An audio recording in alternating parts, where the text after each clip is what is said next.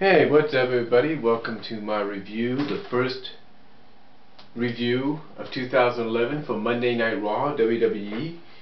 And I have to say, for the first Raw of 2011, I have to say it was a pretty decent Raw. I mean, I know some people may have difference in opinions when it comes to Raw, but I have to say it was a pretty good Raw. I mean, well, for example,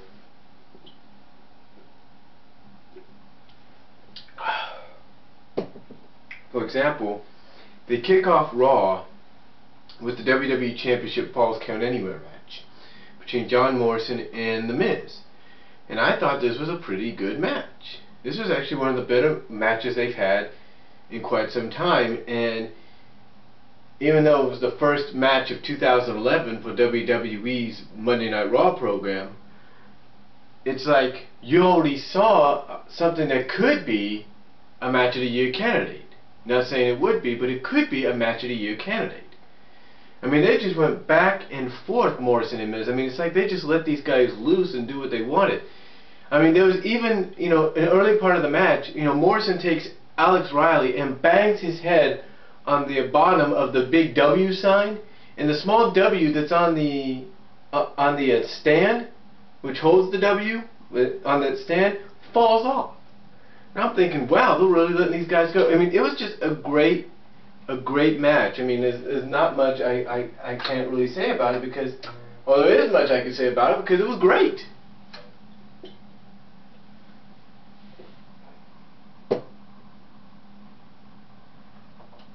I mean, both men just went back and forth. I mean, Morrison hit Starship Pain on the Miz. Miz kicks out of that. Miz suplexes Morrison on a guardrail. He kicks out of that.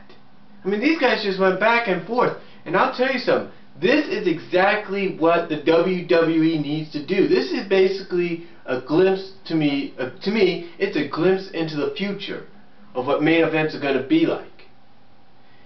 Now, the ending did kind of come, abruptly, if you will, with Morrison doing Starship Pain through a table. Basically, Morrison had Miz laid out on the table. He was going to do Starship Pain. Miz got out of the way. Morrison goes through the table, right? Now, Miz tries to cover Morrison right there to get the 1, 2, 3. Morrison kicks out. So basically, Miz has to pick Morrison up and basically hit the skull-crushing finale on the floor to get the 1, 2, 3 and retain the WWE Championship. And I do have to agree. I hate to say this about Michael Cole. I hate to say this about Michael Cole, but I do agree with what he said.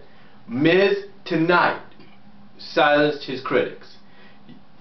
Yes, he had some help from Alex Riley. Yeah, he had some help from Alex Riley at the beginning, but for majority of the match, it was just Miz and Morrison, and Miz did finally silence his critics. As a legit champion. Now, I just watched a little bit of a portion, some of the Wrestling Guru's Raw review. I heard what they had to say about the Miz and Morrison match. They said it was one of the best matches they had seen, but it felt like Miz and Morrison were fighting more for something like this, the Intercontinental Championship, instead of something like this, the WWE Championship. That's what they said it felt like. Because to them, they feel as though Miz and Morrison weren't built up right as main eventers. Promo-wise, or anything. Well, let me put it to you like this. Promo-wise, Miz is getting there, Morrison's gotten there. Wrestling-wise, Morrison's already probably there. Miz is about there. And yeah, to some it may have felt like they were wrestling for this championship right here. It may have felt like that. But you know what? But you know what? If people start looking at something like a WWE Championship match between guys like The Miz and Morrison fighting over this, and they say that a match like this, even though it was the inaugural match, the first match of Monday Night Raw in 2011, and they say it felt more like they were going all out for this, you know what that does? That puts a lot of importance on this championship and maybe even the United States Championship as well. Because don't think for a second that WWE is not hearing what you're saying. Don't think for a second that guys like Dave Meltzer on Wrestling Observer and Yahoo Sports and the people at PWI Torch and No DQ, especially those in the WWE, those that work in the offices of WWE, don't think they're not hearing what you're saying on places like YouTube and Daily Motion and Blimp.tv. Because when you say that the opening match, even though it was good, and even though it was for the WWE Championship, felt more like it was a match for this championship, then you're basically giving recognition and importance to the secondary titles, which is good. It's a good thing. So, but anyway, yeah, Miz does regain the WWE Championship. Now, who is Miz's next challenger? Well, we'll get into that in a little bit. The rest of the night was kind of, back and forth. That's good. Well, it was basically back and forth. We had a Divas match. It was okay. I think what WWE is doing with the Divas division is they're trying to slowly improve it a little bit. I know there's some people that won't talk about the Divas division, won't even give it the time of day, but to me, I think they're honestly going in the right direction. Action with the Divas division now. They're trying, well, they're at least trying to. And now with the acquisition of Awesome Kong, Amazing Kong coming in, that's going to definitely breathe a lot of life into WWE. Now the 6 Diva tag was okay, wasn't the best, but it was okay. Eve won the match for her team, so again, it was a decent Divas match. I know it's hard to say. Then what else did we have? Oh yeah, we had some promos. I can't think of what else we had. Oh yeah, we had the tag team match between the Usos and Santino and Kozlov. The Usos winning the match, so maybe they're going to try to push the Usos a little bit for a tag team title match in the future, which was pretty good. And they had a little bit of interaction with the Usos and Tamina. I don't think much is going to happen there unless, the Usos, win the titles and Tamina turns her back on Santino. That would be a surprise right there. What else did happen that night? Oh yeah, one of the things people are talking about tonight, one of the things that have happened over tonight, is one of the highlights basically was the whole Barrett Punk Nexus deal. Basically CM Punk comes out and explains that Nexus begged him. They basically begged him to become the leader of the group. Okay? They basically begged him to do it. Well, that's in his words. Wade Barrett comes out and basically tells Punk, look, you're not the leader, all you are is a liar. He basically calls CM Punk a liar, and all out just in his own way says he doesn't trust CM Punk as leader of Nexus. And then of course we get the general manager ringing in because the main event of the night is a three-way triple threat steel cage match for the #1 contendership to the WWE Championship. So Michael Cole announces via the general manager that Randy Orton and Sheamus are 2 of the 3. The other 2 will either be CM Punk. The last participant out of the last participant in that match would either be Punk or Barrett. Well, Barrett steps up and says, "I'm going to do it. I'll take the place." And an agreement is made between Punk and Barrett. Punk says, "Hey, you win the match, Barrett. You become #1 contender. You're the leader. I'll follow you. But if you lose, you're gone." And Barrett agrees. He agrees to leave Nexus if he loses the match. So anyway, after that little exchange between Punk, Nexus, and Barrett, we have a match, an interpromotional match between Alberto Del Rio and R-Truth, which I thought was an okay match.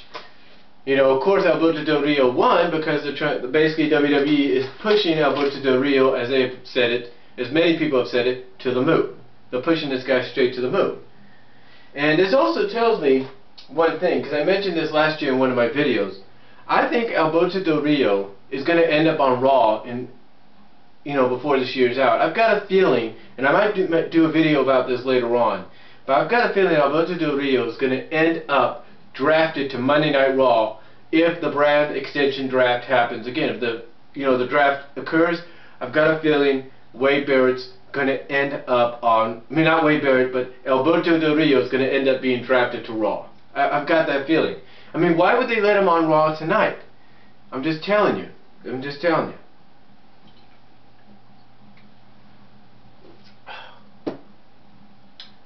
Anyway, after that, we get a little backstage interview with Randy Orton. Orton saying that he's come to realize that nice guys finish last, so I guess he's going to be more, he's not going to be a nice guy anymore. He's going to be more stone cold like, I guess. I don't know. But, that was an interesting little interview. Then we had a promo, kind of a backstage deal with Wade Barrett and Nexus. Wade Barrett basically telling Nexus that it was he that brought them in and made them who they are today. And that it was he that helped make them the champions. Well, actually, Heath Slater was the one that pointed out to Wade that he's the one that helped them become champions.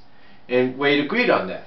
And that he also said he can make each and every one of them champions because, one, he doesn't trust CM Punk because he feels CM Punk's just manipulating them and using them for his own gain. CM Punk, of course, then hears this, comes in and says, "Oh, really? Are you talking about me or are you talking about yourself?" So anyway, after that little exchange, they kind of, CM Punk, I guess, sarcastically tells Wade, "Hey, I'm wishing we're all behind you and hope you win." Okay, so that leads us into the main event, which is the #1 contenders match, triple threat steel cage, for a shot at the WWE Championship at the Royal Rumble. And it was a good match. It was one of the better cage matches I had seen on Monday Night Raw in some time. Back and forth action.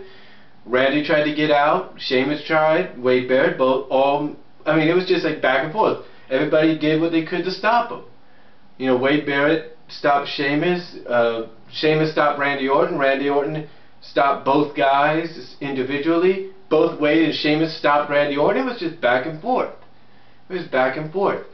And the ending of the match was like, kind of leaves everybody questioning what's going to happen in the future, because what happens at the end is Wade Barrett's climbing up the cage, right? And as he's about to reach the top, here comes CM Punk running down and basically leaping onto the cage, if you will, almost like spider-like rise, leaping onto the cage, climbing up to the top of it, and it looks like he's going to help Wade Barrett out, right? So Wade Barrett takes his hand, thinking he's going to be helped out, but what happens instead is CM Punk takes the Nexus armband off of Wade Barrett and then kicks him down to the mat. And then leaves the ring. So, after that, it looks like Sheamus is going to walk out of the match after giving giving his patented boot to Wade Barrett. But as he's about to walk out, Randy Orton pops off the mat, hits the RKO, and there you go. Door opens. Randy Orton wins the match. Randy Orton is going to face The Miz for the WWE title at the Royal Rumble.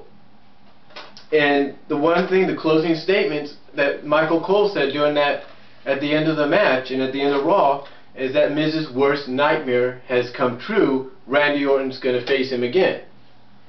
So, overall, I have to say that for the first Raw of 2011, I have to say it was a great Raw, no doubt about it. I mean, it wasn't the best Raw to start off the new year, but I have to say it was one of the better ones. I mean, great opener, great main event, had some great promos, and everything.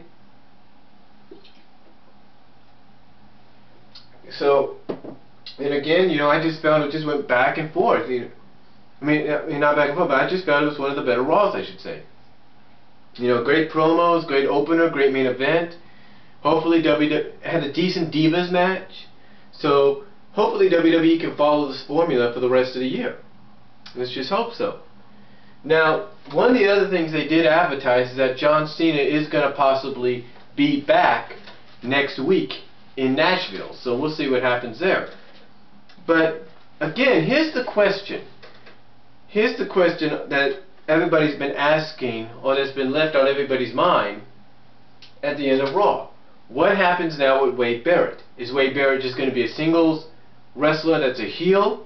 Are they going to turn him into sort of the heel that you'll cheer for and get behind? Or are they going to turn him into an absolute babyface?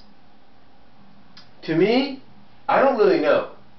I mean, some people are saying that with Wade Barrett, because I read this on my PWI Torch app on my iPod, that Wade Barrett could end up leading, one of the things they're guessing, Wade Keller, I think his name is on there, that does the reporting for PWI Torch, one of the things he's guessing is that Wade Barrett might sort of lead his own group, like a rebellious group, and that there are two members already probably perfect for a rebellious group against CM Punk and his Nexus group, and that's Justin Gabriel and Heath Slater.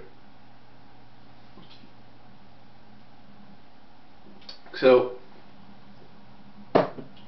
that's what it looks like to Wade Keller on PWI Torch. So that could be the direction they go. My estimation on this, my thoughts on this, is they're going to basically make Wade Barrett sort of a tweener. Remember how it's kind of like, and I know this sounds like it's stealing WCW ideas, and it is. It sounds like Wade Barrett's kind of like going to be like the Kevin Nash of the Nexus. He's going to lead his own group of Nexus. A Nexus that gets cheered. A Nexus group that gets over with the fans. Even though they're supposed to be heels, bad guys, tweeners, if you will. Kind of like Stone Colds, if you will. That's what I think is going to happen to Wade Barrett. And I agree with what that guy said. I believe that's what's going to happen. Because if you think about it, Wade Barrett has been a heel for most of 2010 since he's debuted. He's been a heel in FCW. So, what sense would it make to make him a full-fledged babyface? I mean, yeah, make him into sort of like the Kevin Nash of Nexus. Have him lead his own like little rebellious group against CM Punk's group. Have him do that. Have him, not be trusted by the likes of John Cena and Randy Orton, but have him team up with them because they have a common goal. Have him do that. That's the direction I would go in, and it looks like they may do that. Because again, if they just go with a full-fledged face turn, it's like, doesn't make sense. Nobody's going to really believe him. Basically, he's not going to be believable as a heel. But if you sort of put him in the role like Kevin Nash was put in back in '98, then you kind of get the idea. But here's what I would do. Keep him in the role that Kevin Nash was in, but don't do what they did in '99. Don't reunite the group at the end of the whole thing. Don't reunite them. Have them basically, have the whole thing just come to an end somehow. Just don't reunite them. But, that's what I would do. That's what I would do, and quite honestly, I think it's probably the best option. Now, the other best option would be, yes, make him a singles wrestler, keep him a heel, and keep him as but make him a singles wrestler that has no affiliation with anybody. But make him a heel, make him a bad guy. That'd be another best option. But I think the direction they may go in is having him sort of like in the Kevin Nash role, where he forms his own little group, and they rebel and feud with CM Punk's group. So, and by doing so, have him reluctantly, or have other superstars reluctantly team up with him, like John Cena, Randy Orton. You get the idea. But that's what I agree and believe could happen. I think that's where they should go with it. And so tell me what you guys think. And for this first Raw of 2011, I give it a 8 out of 10. I think this is a good step for them, to go in, a good direction for them to go in if they keep it up. So that's all I'm going to say. Again, comment, tell me what you guys think, and I'll talk to you all later.